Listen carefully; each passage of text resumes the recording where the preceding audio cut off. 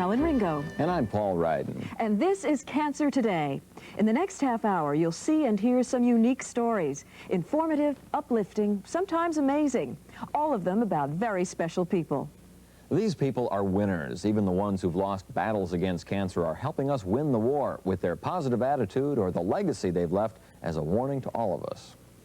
For over 70 years, the American Cancer Society has been teaching people about cancer. Public awareness of most forms of cancer is greater now than ever before.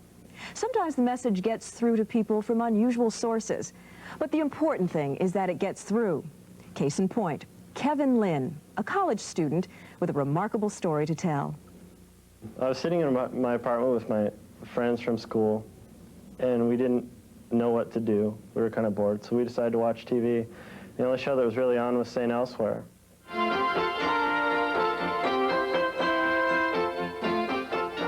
And on the show, there was a young man that had gotten kicked in the groin playing football.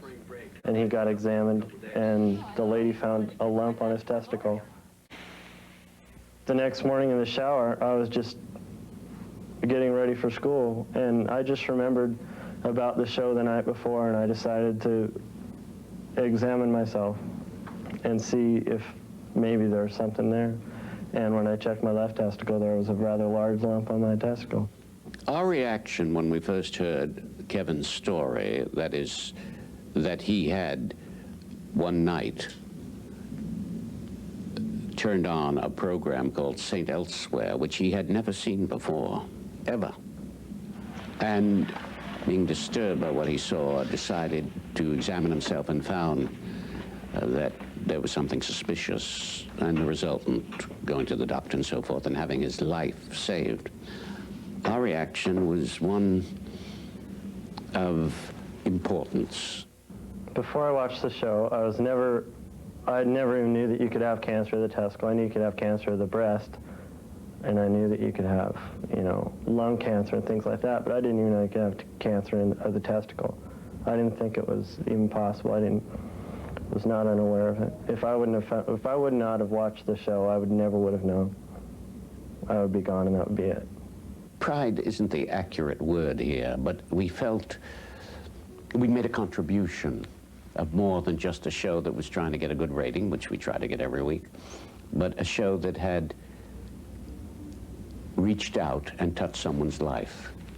And we were all thrilled by it. Literally, we were thrilled. I think it was the only way that God could tell me that I had cancer, because I watch TV a lot. My mom will never tell me not to watch TV again. Not only did Kevin get his message from the media, but television, radio, and newspapers helped spread Kevin's incredible story to people everywhere. Norman Lloyd, who plays St. Elsewhere's Dr. Auslander, toured Kevin's home state of Washington with him. The team of Lloyd and Lynn stressed the importance of early detection and a winning attitude in the fight against cancer. Kevin's story also helps point out that even though some forms of cancer are relatively rare, they can still be deadly. Testicular cancer accounts for only about 1% of cancer in males, but it represents 12% of all male cancer deaths in the age range of 15 to 35. Today, testicular cancer is highly curable if detected and treated early. Your American Cancer Society can send you information on testicular cancer and how to perform a testicular self-examination. Just as cancer comes in many forms, every day we're discovering new ways to decrease your risk of getting the disease. Here with some good news about nutrition and cancer is Amy Barr from the Kitchens of Good Housekeeping. Your diet can affect your health, and according to the American Cancer Society, what you eat and what you don't eat can help you prevent cancer. In this handy booklet from the American Cancer Society, 7 easy recipes and guidelines are given to help you improve your health and your diet and perhaps prevent cancer. The first thing you should try to do is to avoid obesity. This is important not only from the food you eat, but also from the exercise that you should get each day. Also remember to choose lower calorie foods. Here's an example. This strawberry yogurt shake is made with fresh or frozen unsweetened strawberries and low-fat yogurt and pineapple juice. The second step to remember is to choose lower fat foods. This would include low-fat dairy products and leaner cuts of meats and fish and poultry. Here's an example of a recipe of this. This is called tofu baked ziti. In this dish, we've used spinach, we've also used pasta or the ziti, and we've included low-fat cheese on top. With the tomato sauce, we've included tofu, which is a soybean product, and that you can use in place of meat. For a third step, you should remember to include higher fiber foods in your diet, including whole grain breads and cereals, and more fruits and vegetables. As an example of a high fiber dish, we have a dessert, so you don't have to give up desserts just to include more fiber. This is called apple whole grain bread pudding.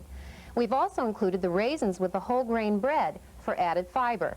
As a fourth step, add foods rich in vitamins A and C, so eat plenty of fruits and vegetables which are highest in these nutrients.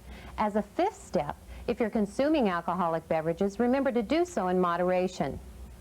As a sixth step, limit the amount of salt-cured, smoked, and nitrite-cured foods.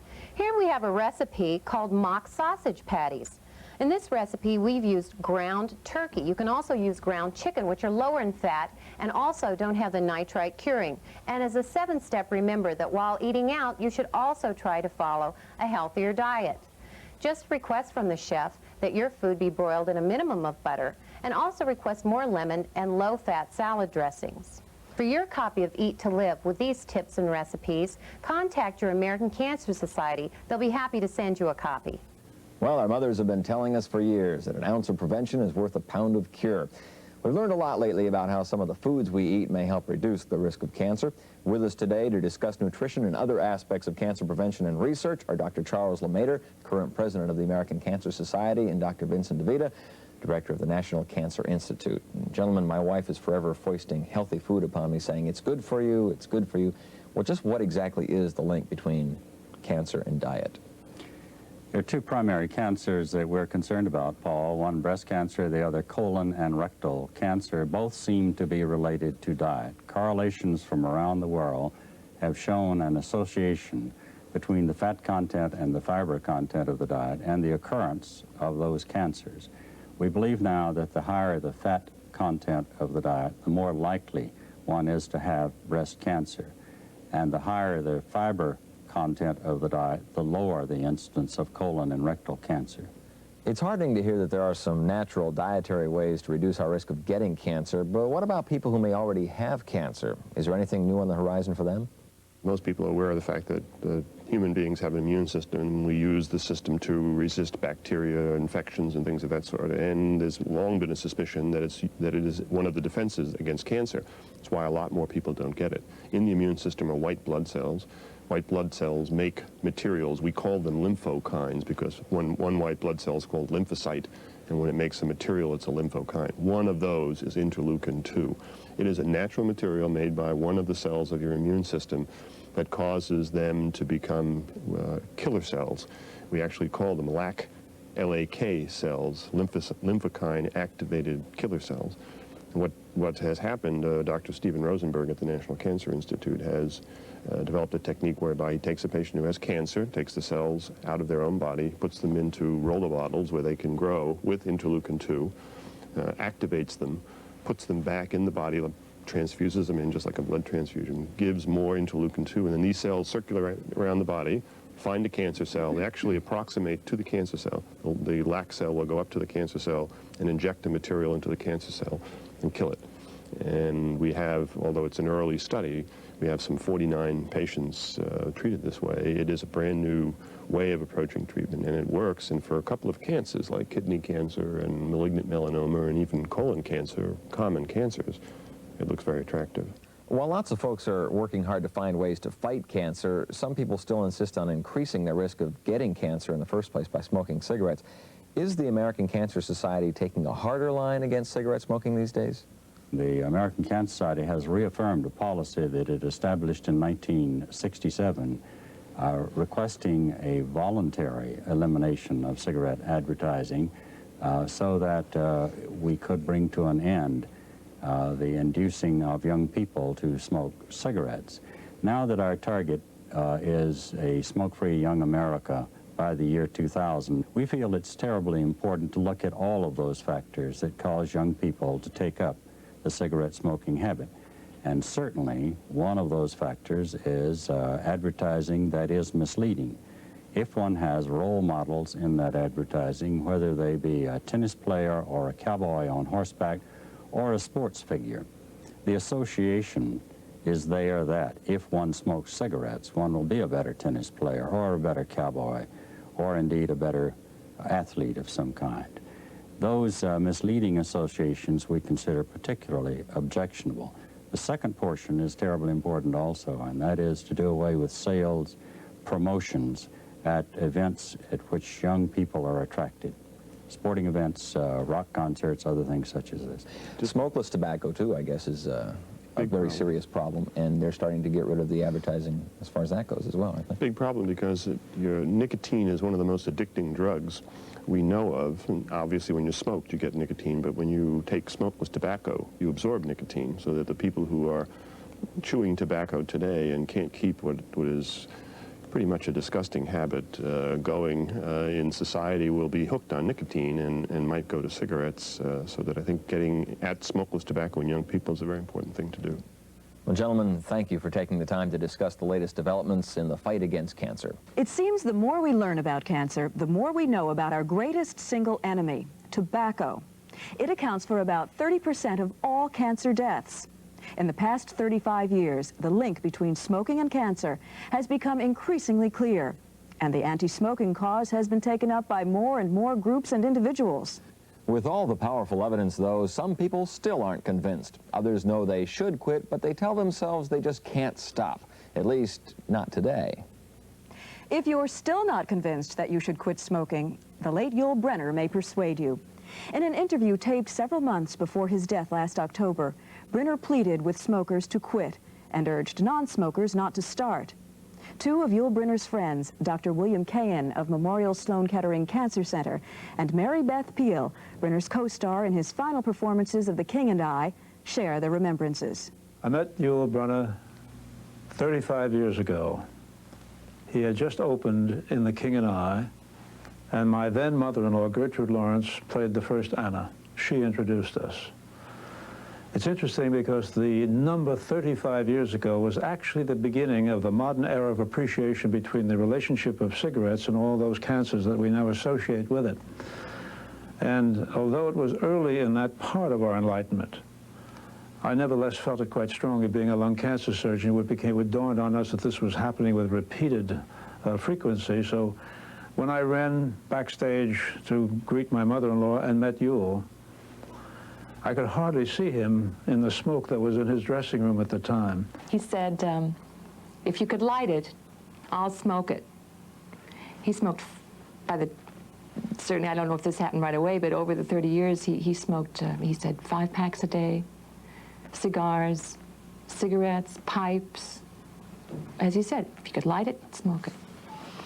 And he felt, he had no doubts about the fact that this was what had done it to him. But he always shrugged it off and said, you know, he tensed his muscles, and that beautiful hunk of man that he was, so macho, so marvelously constructed, did give the impression of indestructibility. And of course, those of us who deal with this problem every day know that this is just a surface manifestation, that cigarettes pay no attention to how great a star you are, how beautiful you are, how eminent you are. They're a very unsentimental instrument. They work their lethal, insidious mischief so many, many times in our experience. I know that he would have done anything to try to help young people realize the importance of not ever starting.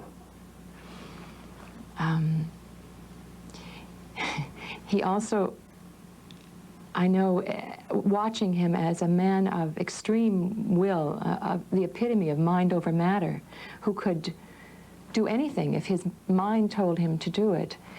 I know that in the last years when he was putting that into practice, as sick as he was and coming every night to the theater, that I'm sure he must have thought, I could have quit so easily. You know, people say, I have no willpower. I can't quit. It's a habit. It's too late for me to quit. And I'm sure he spent many years saying that, and I know that he eventually learned how strong he was, that he could have quit like that.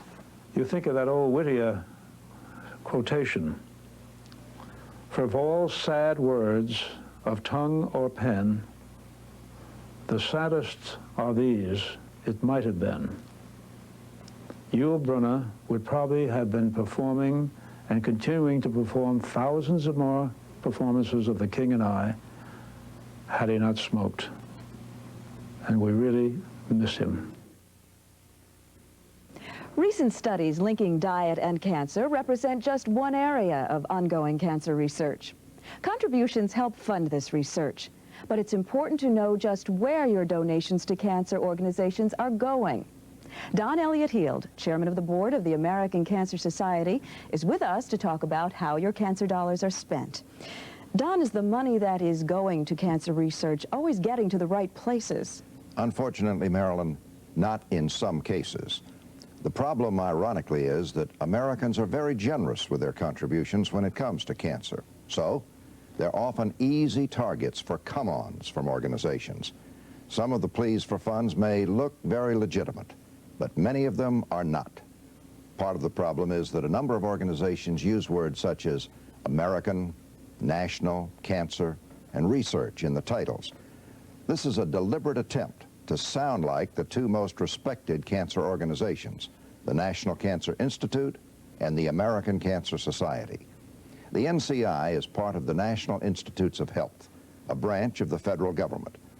The American Cancer Society, the oldest and largest of the private organizations, is funded solely by private contributions.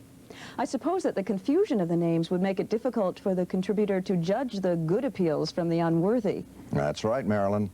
The answer is to check before you give, as you should before giving money to any charity. Ask yourself these important questions. First, is the charity willing to reveal its budget with a breakdown of its fundraising and administrative costs? And is it willing to send you its annual report? And watch out for gimmicks in mail appeals, such as questionnaires or a census or survey of dubious value. And most importantly, does the organization have effective and useful programs? We want people to keep giving, but to give wisely, so the battle against cancer can continue. Thank you, Don.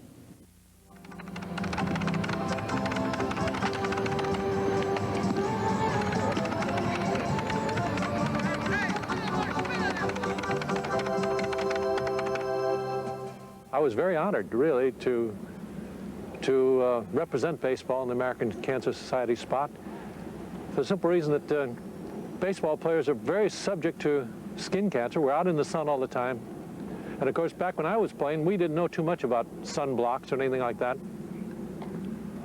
And as I said, we were exposed to the sun, and a lot of ball players I know had the same experience that I did with skin cancers. And I guess you could pave a city block with the skin we've lost. People I know, myself, through skin cancers, really.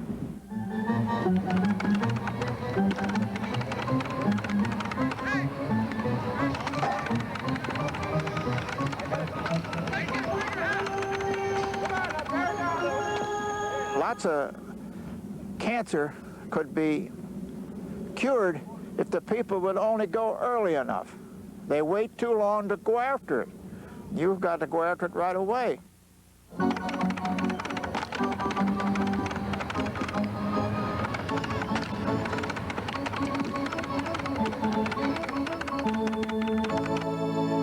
When the American Cancer Society asked me to be on that spot, I was flattered, to say the least.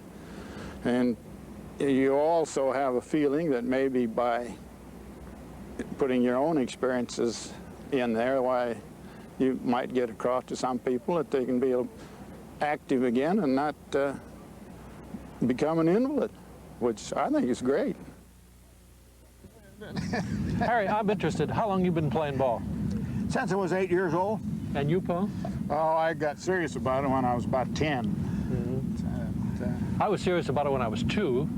Okay, no kidding. I was, really. And when did you find out you had cancer? About 25 years ago. And Paul? About practically the same, maybe a little longer, probably 30 years. Yeah, it's been when I was back in the, at least 25 years. Yeah, well. So between the two of us, we've been fighting it for accumulated... About 100 years. 100 years, right. And we're sitting here today talking about it. And we're able to laugh. Yeah. What more do you want? Yeah. And we get through talking, we go out there and play ball. Start us out, Jack. Stay there. Next batter is Paul Good. When I first started having trouble, I went to the skin doctor, and he said, well, you got to stay out of the sun. And I said, well, I can't do that. I said, you can't play ball at night. And I said, that just doesn't work. So he said, use a sunscreen, and if you have to, wear a wide-brimmed hat and kind of make the best of it. So that's what I've done. It's worked pretty well. Thank you. Thank you. Okay. The first batter of this inning is Harry Riley. Harry is 75 from Christiana, Pennsylvania. When I first had cancer, it was on the side of my temple here. It was getting bigger and bigger. So this doctor said to me, he says, Mr. Riley, he says, I'm going to have to take your eyebrow with it. I says, I don't care as long as you'll get it. I said, that's all okay with me. And then as you can see, that's exactly what he did. He took the eyebrow and he put the skin graft in there, and that was the end of my cancer. It came out beautiful. I mean, it's not beautiful, but it's cured.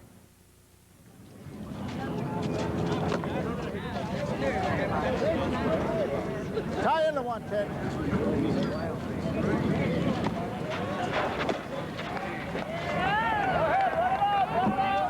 If you're an athlete and you're a good one, you have a desire to win. I think it's built in right from the day you started to play, or maybe that's the day you were born. And then as you go through life, you face the trials and tribulations of life. And if you have the right spirit and you're a competitor and you're a winner, like a lot of these guys out here right now, I think you'll live a fuller life, much more valued life. You're more important to the community and to yourself, which is important. And you've known, and I've known, many people that when they mention the word cancer, they decide that that's it, their life is over. Whereas if you have that, what shall I say, the athlete's attitude, the competitive spirit, the winning spirit, the fight, the desire to go on, then you'll fight it. And if you come out a winner, man, there's no feeling like it, really, really. More than ever before, people are winning the battle against cancer through better nutrition, early detection, and